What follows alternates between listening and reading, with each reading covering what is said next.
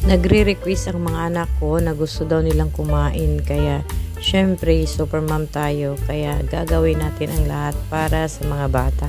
And for today's video mga Mars ay gagawa tayo ng muffins para sa mga bata kasi nagre-request sila na gusto nilang kumain ng muffins kasi matagal-tagal na rin akong hindi naggagawa ng muffins, kaya ngayon ay gagawa tayo. Hindi pa nga ako nakastart, ang dalawa ay nag-aaway na. Ang gusto kasi ni Jason ay siya lang tutulong at ito namang isa hindi man ito magpapaawat, tutulong din daw siya.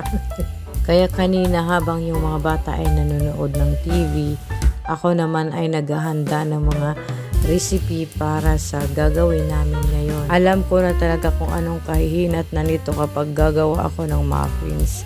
Nandyan talaga yung mga bata. Magsamok-samok, gano'n sila na ako kapag maghimok og muffin. Pero para sa akin, okay lang kasi mas maganda din naman yung mga bata na tutulong sa'yo kahit samukan kaayo, para naman yung mga bata ay matuto paglaki nila na mag-bake ng cake or muffins or pagkain na hinahanda natin lagi para sa kanila, para naman magiging independent sila paglaki nila.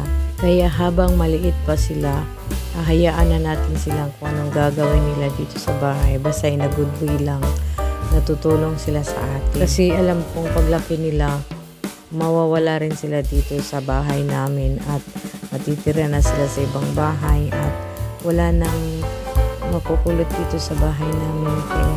Kaya hayaan nyo na kaming magkalat-kalat dito sa bahay namin yung mga bata. Ako din naman yung maglinis. Ganito din ba yung mga anak nyo kapag magluluto kayo ng muffins or cupcake? Yung mga chocolate ay gustong-gusto talaga nilang i-try lagi.